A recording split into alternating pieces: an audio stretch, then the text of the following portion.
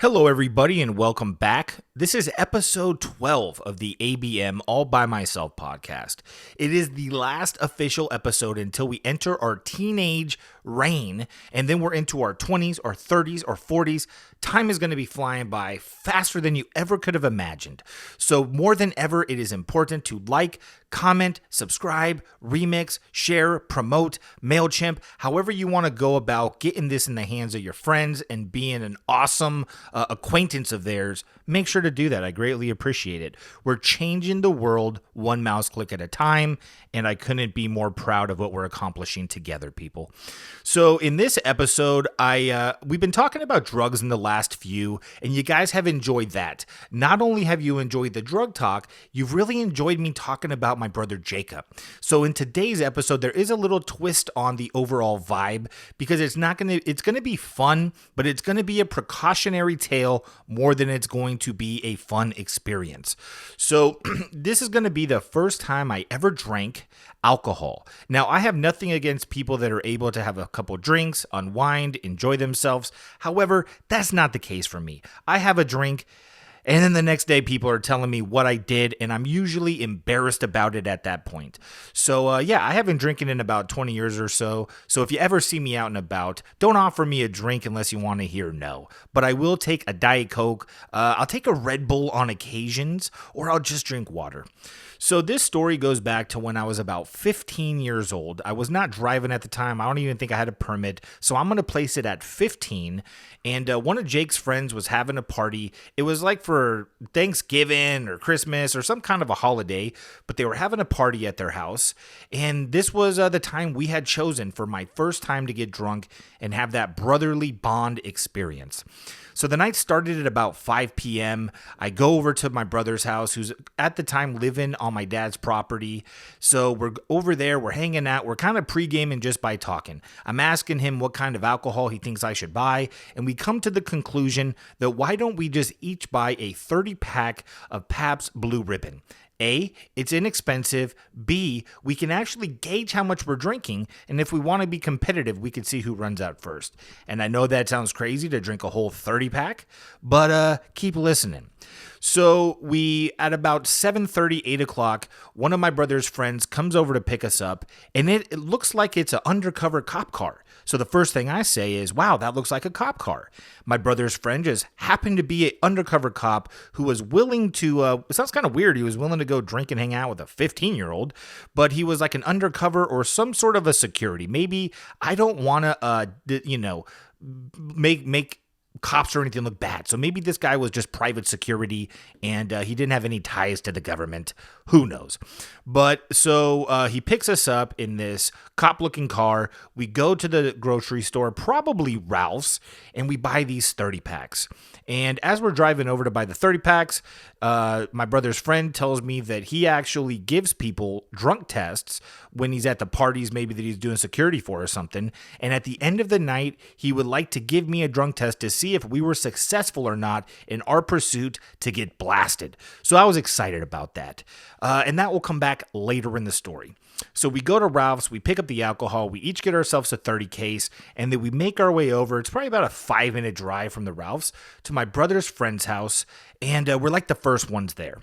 So we get in, we say hello to everybody, which is like 3 people at this point that live there, and we take a seat on the couch. Now, if you're going to a party and your goal is to post and kick it, I recommend you get there early because couch seating is limited. There might be a few recliners, but if you're looking to post, getting there early is the move. If you want to stand up and you want to be nomadic the whole time, it don't really matter when you get there.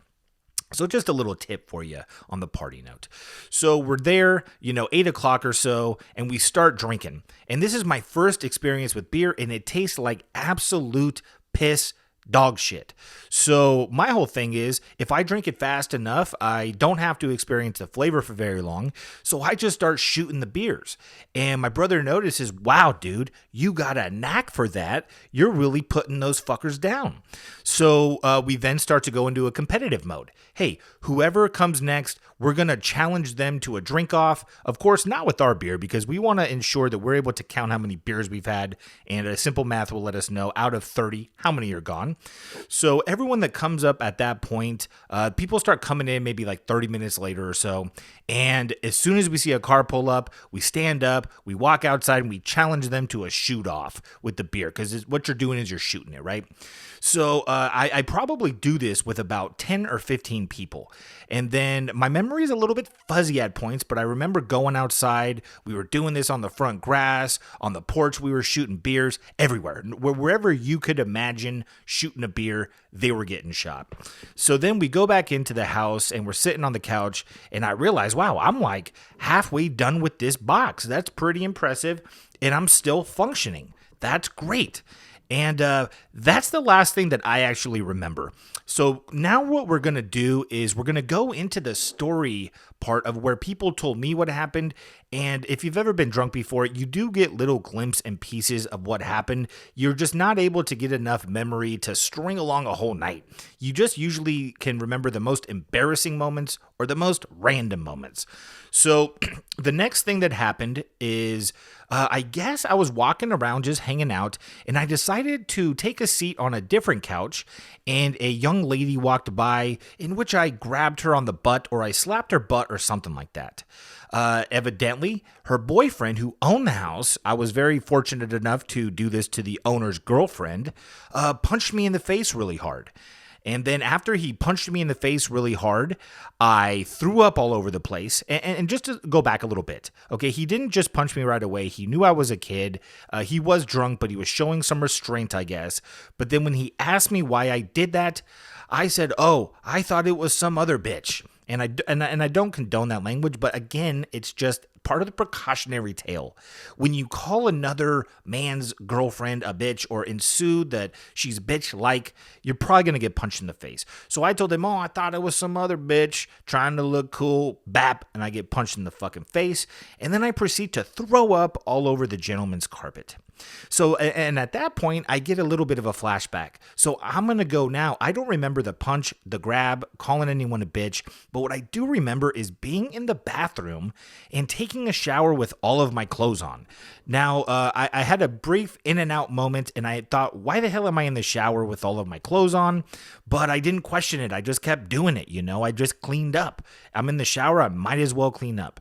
So the next thing that happens, and now this is going back to what I was told, is the shower was near the back of the house, and there was a back patio. Everyone was kind of hanging out in the backyard, and I walked out to the back patio completely naked, because I guess I had taken off all of my wet clothes when I was in the shower.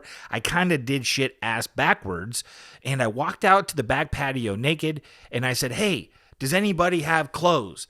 To which my brother was outside. He saw me. He ran up, giggling most likely. I don't think it's very hard not to giggle if a fat naked kid is asking for clothes, or not kid. That sounds creepy. I was a teenager, a young adult, and I was asking for clothes. My brother was kind of giggling. He ran up. He got me, and then he covered me with something. I don't know what he covered me with, but he covered me with something.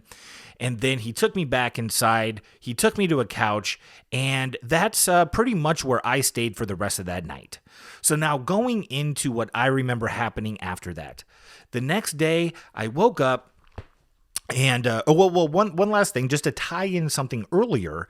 Evidently on the way home, when his buddy was giving me a ride, or he was giving us a ride back to my dad's house where my brother was staying, I asked him to give me the sobriety test, in which he laughed, because obviously I had thrown up all over myself, taken a shower with my clothes on, asked everybody at a party if they had anything for me to wear butt naked. So I think he was just calling it a done deal. I was drunk at that point. There was no test needed. I was bleeding all over the place. We didn't need to see if I was injured or not, I guess, right? So he takes us home, and then I end up just passing out at my brother's. I remember now waking up the next day, and my head felt like a fucking semi-truck hit it. And remind you, I didn't remember getting punched or anything, so I just thought, damn, dude, hangovers are no joke. I feel it in my forehead, I feel it in my top head, my back head, my side head. I feel it in my fucking jaw for some reason, and it just felt like I was having a hard time opening and closing my mouth, and And on top of this, I woke up like I had never drinking water in my life. Like the inside of my body was constructed out of sandpaper. There was no moisture at all in it. And I just needed to drink as much water as humanly possible. So like, most people, I went outside, I got the hose, and I just put that fucking thing in my mouth. And I probably drank hose water for about 3 minutes straight.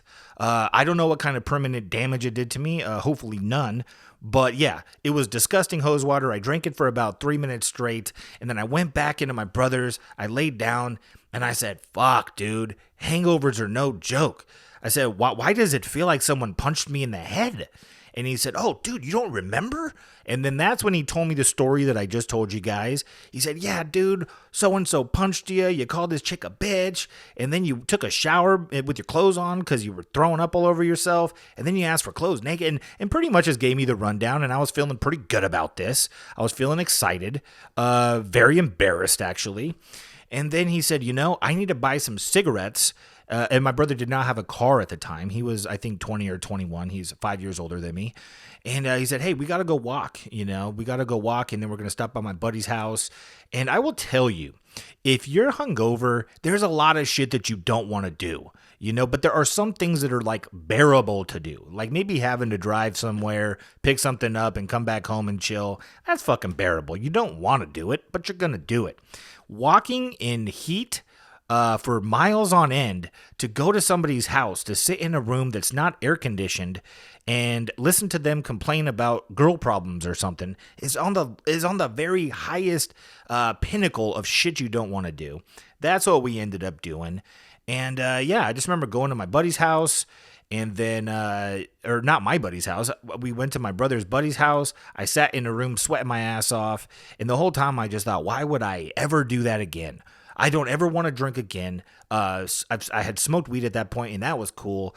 But, unfortunately, I didn't stop drinking because there must have been a part of that night that I did enjoy because later in life, I got several DUIs. I had several near-death experiences.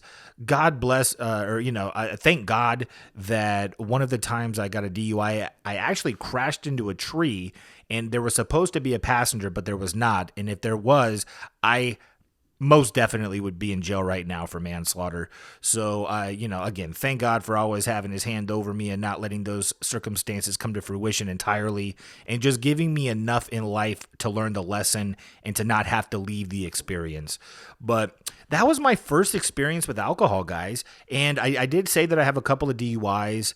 Not proud of them necessarily, but I am proud of how I was able to turn myself around after them and the insight that I've gained that I can share with others that are maybe going through some stuff.